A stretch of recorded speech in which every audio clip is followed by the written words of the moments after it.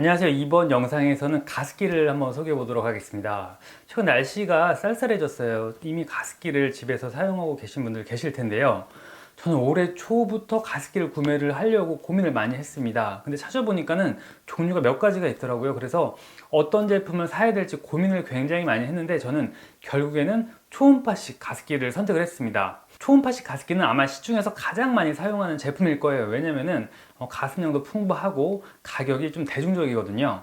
초음파식 가습기는 초음파를 통해 물을 작은 입자로 쪼개 안개처럼 뿜어내는 방식인데요. 가습량도 풍부하고 굉장히 좋아요. 근데 단점이 하나 있습니다. 단점은 매일같이 깔끔하게 세척 후 사용하지 않으면 세균 번식이 쉽다는 거예요. 그렇기 때문에 초음파 가습기를 사용하시는 분들은 자주 그리고 꼼꼼히 세척 후 사용을 하셔야 됩니다. 참고로 가열식 가습기는 물을 끓여서 발생하는 수증기를 통해 가습하는 방식인데요.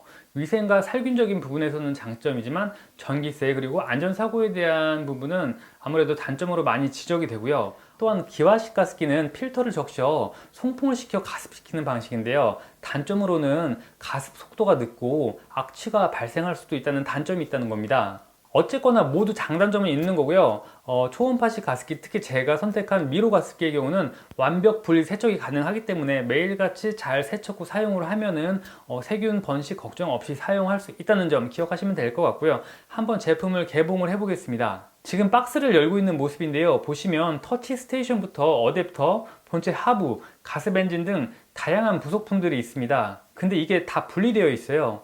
이 중에서 터치 스테이션과 전원 어댑터를 제외하고는 모두 물 세척 가능합니다. 그렇기에 미로 가습기는 세균 번식으로부터 좀 더 안심하고 사용할 수 있습니다. 사용을 위해 조립을 한번 해볼게요. 어려울 게 없는데요. 본체 하부에 가습 엔진을 방향에 맞게 잘 끼워주시고 전선 및 방수팬을 장착을 해주시고 중통이랑 본체 상부도 덮어주시고 분무 캡까지 꽂고 수조에 넣으면 사용 준비 완료입니다. 이제 터치 스테이션 위에 올려놓고 전원 버튼을 누르면 바로 작동합니다. 사용을 해보니 가습량이 상당히 풍부합니다. 총 3단으로 작동하는데요. 3단에서는 가습량이 어마어마해요. 미로 가습기는 무드등 또는 수유 등의 조명으로도 사용을 할 수 있는데요. 터치 스테이션 가장 오른쪽 버튼을 누르면 색상이 순환식으로 시작되고 원하는 색을 고정으로 사용하고 싶을 때에는 버튼을 한 번 더 터치하면 되고 한 번 더 터치하면 조명 기능이 꺼집니다. 그리고 한 가지 더 IoT 기능도 있습니다. 별도 어댑터를 터치 스테이션에 꼽고 사용할 수 있는데요. 스마트폰과 연동시키면 원격으로 가습기를 켜는 것은 물론 가습량, 타이머, 소리, 조명까지 모두 조절 가능합니다. 침대에 누워 편리하게 가습기를 조절할 수 있어요. 미로 가습기의 경우 완벽 분리 세척이 가능하다고 했는데 세척하는 모습 보여드릴게요. 이런 식으로 하나하나 부품을 분리 후 부드러운 천으로 닦아 물 세척 해주시면 되고, 일반적으로 차가운 물로 하지만 미로 가습기는 뜨거운 물만 아니면 가능합니다. 여기까지 미로 가습기에 대해 살펴봤는데요. 가습기는 매일 꼼꼼하게 세척 후 사용하는 게 좋다고 합니다. 아무래도 전자제품이다 보니 꼼꼼하게 분리해서 세척을 하는 게 부담스러울 수 있는데요.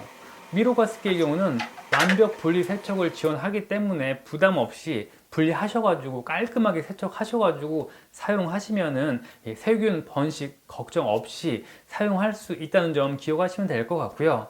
날씨가 쌀쌀해졌습니다. 요즘 굉장히 많이 건조하잖아요. 이제는 가습기 꺼내셔가지고 집안에 습도 조절 잘 하셔가지고 건강 관리에도 유의하시면 좋을 것 같고요. 이상 영상 마치겠습니다.